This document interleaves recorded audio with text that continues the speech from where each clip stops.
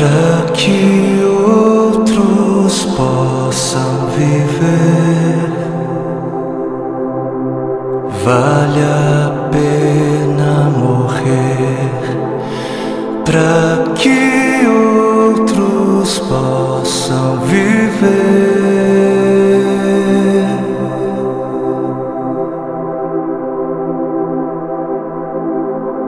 Para que outros possam sorrir.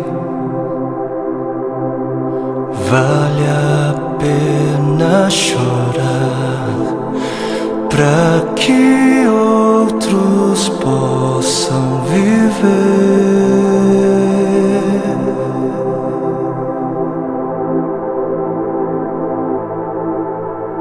Portanto, visto que temos este ministério pela misericórdia que nos foi dada, não desanimamos. Antes, renunciamos aos procedimentos secretos e vergonhosos, não usamos de engano, nem adulteramos a palavra de Deus. Ao contrário, mediante a clara exposição da verdade, recomendamo-nos à consciência de todos diante de Deus. Pois não pregamos a nós mesmos, mas a Jesus Cristo, o Senhor, e a nós como escravos de vocês por causa de Jesus. De todos os lados somos pressionados, mas não desanimamos. Ficamos perplexos, mas não desesperados. Somos perseguidos, mas não abandonados. Abatidos, mas não destruídos. Trazemos sempre em nosso corpo o morrer de Jesus, para que a vida de Jesus também seja revelada em nós. Pois nós que estamos vivos, somos sempre entregues à morte por amor a Jesus, para que a sua vida também se manifeste em nosso corpo, de modo que em nós atua a morte, mas em vocês a vida. Por isso não desanimamos, embora exteriormente estejamos a desgastar-nos, interiormente estamos sendo renovados dia após dia, pois os nossos sofrimentos leves e momentâneos estão produzindo para nós uma glória eterna que pesa mais do que todos eles. Assim, fixamos os olhos não naquilo que se vê, mas no que não se vê, pois o que se vê é transitório, é passageiro, mas o que não se vê é eterno. Para que outros possam viver, vale a pena morrer. E nas palavras de 2 Coríntios capítulo 4 que nós acabamos de ler, para que outros possam viver, não apenas vale a pena morrer, como deve-se morrer. Deve-se. Para que outros possam viver, deve-se. É necessário morrer. É necessário morrer para que haja vida, trazendo sempre em nosso corpo o morrer de Jesus, para que a vida de Jesus também seja revelada em nosso corpo. Pois nós que estamos vivos, somos sempre entregues à morte por amor a Jesus, para que a sua vida também se manifeste em nós, de modo que em nós atua a morte, para que em vocês, para que em outros atue a vida. Assim como a semente que não morre não germina, assim como a semente que não morre é incapaz de gerar frutos, aquele que não morre é incapaz de gerar vida, é incapaz. Não fosse o sangue do Cordeiro, não fosse o sangue de todos os mártires que vieram antes de nós, não fossem aqueles que vivem como se não pertencessem a este mundo, não seríamos conhecedores das boas novas da vida, não seríamos. Mas se as coisas são assim, se isso é verdade, se isso reflete a realidade, se o Senhor teve toda a intenção de dizer exatamente o que Ele disse, por que é então que não morremos?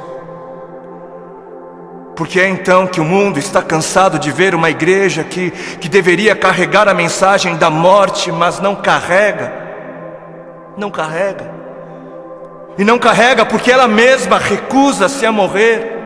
Se a ordem é essa, por que é então que não vemos mais vidas sendo geradas, nações sendo alcançadas em meio à voluntária entrega da vida por parte daqueles que se dizem cristãos?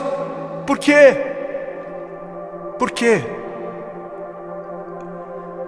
Porque existe algo de muito errado em nosso meio.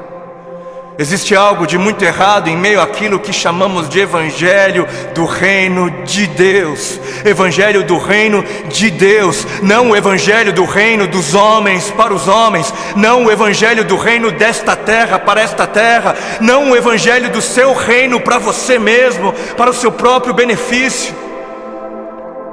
Mas o Evangelho do Reino de Deus para o benefício de Deus.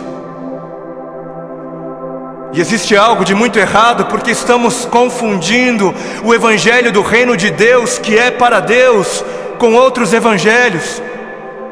E o povo, por falta de líderes que preguem o que o povo precisa ouvir e não o que o povo quer ouvir, o povo está adorando outros bezerros de ouro. E o grande bezerro de ouro dos nossos dias é a bênção. O grande bezerro de ouro dos nossos dias é a vitória, é a conquista, é o bezerro da prosperidade, é a saúde, é o meu bem-estar, é o meu conforto, é a minha necessidade, é o meu reino, é a minha vida. 7 passos para alcançar a bênção aqui, 40 dias de jejum da vitória ali, 12 maneiras para ser próspero um pouco mais adiante, e 318 formas para você fazer com que Deus faça aquilo que você quer que Ele faça. Não importa se Ele queira fazer ou não, porque afinal o modelo de Jesus, não seja feita a minha vontade, mas a sua, serve para Jesus, serve para o Filho de Deus, não serve para mim, não serve para a igreja. Quantos já foram a alguma campanha que dizia: campanha do negue-se a si mesmo, campanha dos 3 passos para morrer, ou a campanha das 7 maneiras de amar ao seu próximo como a si mesmo, campanha de 40 dias de jejum para que eu possa carregar a minha cruz? Não? Nunca foi? Por que não? Ora, porque não é isso que é importante. Não é isso. Porque o importante é eu ter o carro do ano. Porque o importante é eu ser abençoado. O importante é eu mostrar o quão abençoado sou. Preciso mostrar. Eu preciso mostrar. Porque afinal de contas, se ando de carro importado, é porque Deus me deu, né? Deus me deu. Porque é muito óbvio que Deus está muito mais preocupado com o meu ego. Eu sou tão espiritual e abençoado que é muito óbvio para mim, e é muito óbvio só para mim, que Deus está mais preocupado em colocar dinheiro nas minhas mãos para que eu possa comprar coisas caras e tolas, do que está preocupado em colocar recursos sob os meus cuidados para que eu possa de alguma maneira aliviar a dor dos aflitos. Porque Deus é tão bom para mim, Deus é tão sábio, Ele é tão misericordioso, que Ele prefere que eu compre para mim o meu 100º par de sapatos. Ele prefere, Ele prefere que eu faça isso mais do que prefere que eu compre algumas marmitas para dar de comer às crianças de rua. Porque o importante é eu encher o meu celeiro até onde der. O importante é o meu reino, é a minha justiça. Eu trabalhei, eu suei. Não foi Deus quem me deu, não foi Deus quem me abençoou, não foi eu quem ganhei. É justo, eu trabalhei, é meu. Porque o importante é eu viver como se não houvesse morte. E Deus que me livre de pensar em morte. Coisa negativa não é de Deus. O importante é eu viver como se não houvesse morte, para que quando a minha hora chegar, eu venha morrer como alguém que nunca quis viver. Porque está escrito na palavra de Deus em Marcos, no capítulo 8 e Mateus 16. Então Jesus começou a ensinar-lhes que era necessário que o Filho do Homem sofresse muitas coisas e fosse rejeitado pelos líderes religiosos, pelos chefes dos sacerdotes e pelos mestres da lei, fosse morto e 3 dias depois ressuscitasse. Ele falou claramente a esse respeito. Então Pedro chamando-o à parte, começou a repreendê-lo. Vejam como desde o início a igreja se escandalizou com a mensagem da morte.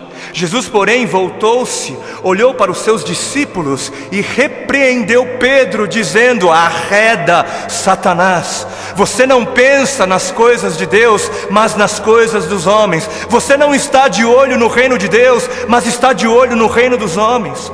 Então ele chamou a multidão e os discípulos e disse: se alguém quer vir após mim, negue-se a si mesmo, tome a sua cruz e siga-me.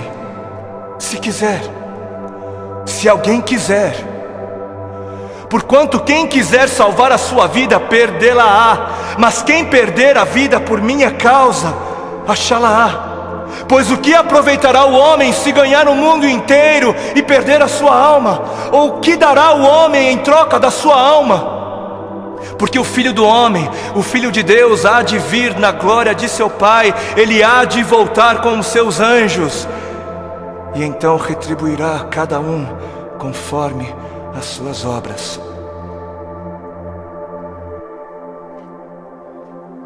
Quem fizer de tudo para garantir a sua vida neste mundo, não merecerá a vida no outro. E quem fizer de tudo para garantir a sua vida no outro mundo, perderá a sua vida neste. Perderá o controle da sua vida neste mundo. Quem viver de olho nos tesouros deste mundo, receberá somente aquilo que este mundo é capaz de dar. Mas quem viver com os olhos fixos no tesouro eterno, este receberá, este haverá de receber aquilo que a eternidade tem para dar. Entendam algo. Sabem por que existem religiosos fanáticos que se matam, que se suicidam, que dão as suas vidas para serem destruídas? Sabem por quê? Porque eles estão pensando na eternidade, eles estão de olho na eternidade. E sabe por que você se recusa a negar-se a si mesmo e entregar o controle da sua vida a Deus? Porque você está pensando demais nesta vida. E mais, sabem por que é que estes fanáticos acabam dando as suas vidas? Porque eles passaram a vida toda, a vida inteira, ouvindo de seus mestres que morrer é algo valioso. Eles passaram a vida toda ouvindo de seus mestres que morrer é algo bom, é algo nobre, é algo honroso, que morrer gera vida. Gera vida. Mas e a igreja?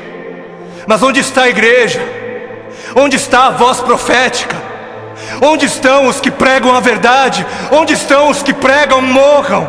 Onde estão os mestres de Deus a gritarem morram? Morram, para viver morram, por amor a Cristo morram, por amar a Deus acima de tudo morram. Onde estão? Por que os missionários moravianos se vendiam como escravos para poderem pregar aos escravos? Porque alguém lhes ensinou que esta vida não vale a pena ser vivida se não for vivida para Deus. Alguém lhes havia ensinado que para que outros pudessem viver, valia a pena morrer. Enquanto muitos parecem estar fascinados demais com mestres que pregam apenas vida nesta vida, mestres que distorcem o significado de vida em abundância. Apesar disso,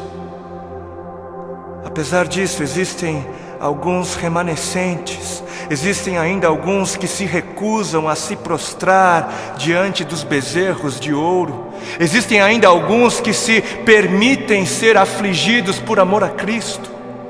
Alguns que entenderam a voz do Espírito de Cristo, do Cristo que deu o exemplo a ser seguido, não apenas em vida, mas na morte de cruz, e são capazes de dizer: